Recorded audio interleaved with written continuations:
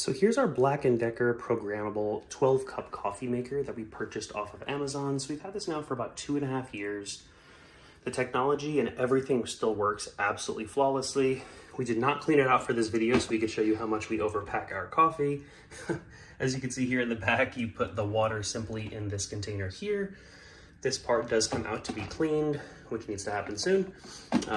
Nice, simple, soft close like that. And this is the actual container that actually has the coffee in it. We've been pretty rough with it, and it still has not had any issues, cracks, or chips. And we'll put it back in there.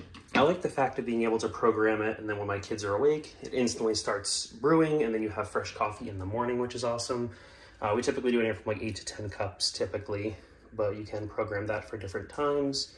You can put it on auto. You can obviously set the timer on here as well. And my favorite part about it is it doesn't take up a ton of counter space, because I feel like some of the Cuisinarts and these different brands are super bulky.